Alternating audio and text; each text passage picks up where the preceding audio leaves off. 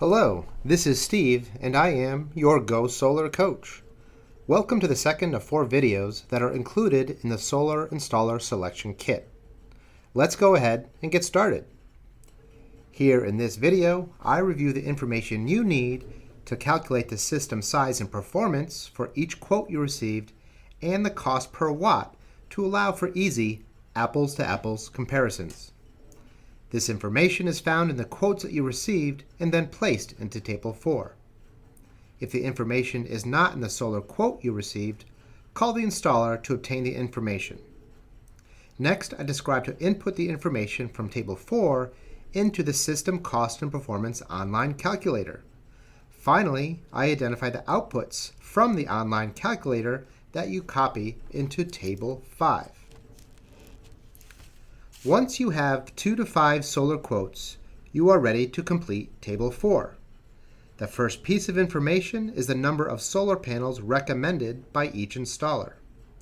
Second, you write down the size of the panels being proposed, typically somewhere between 200 watts and 350 watts per panel. Each manufacturer indicates the size of their solar panels based on the industry standards, which is the Standard Test Conditions, or STC.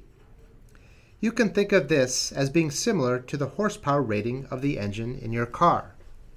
The size of the individual panels does not necessarily matter. It is the total sum of all the panels together that determines how much energy your system will produce. The next piece of information to put into Table 4 is the installer's estimate of the total annual kilowatt-hour production. The system should be designed to produce as much energy as your home or business consumes each year. Sometimes there may not be enough space to size a system to meet this objective.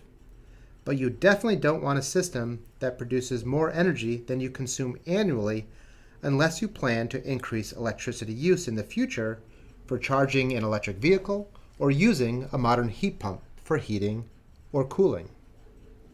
The final piece of information for Table 4 is the total installed cost of the system each installer is proposing before any state incentives or the federal 30% tax credit. Here's an example of what Table 4 might look like given information from 2 solar installers. Installer A is recommending 29 solar panels, each with a 275 watt rating and an estimated annual output of 11,900 kilowatt hours. The installed cost before any incentives or tax credits for installer A is $26,960.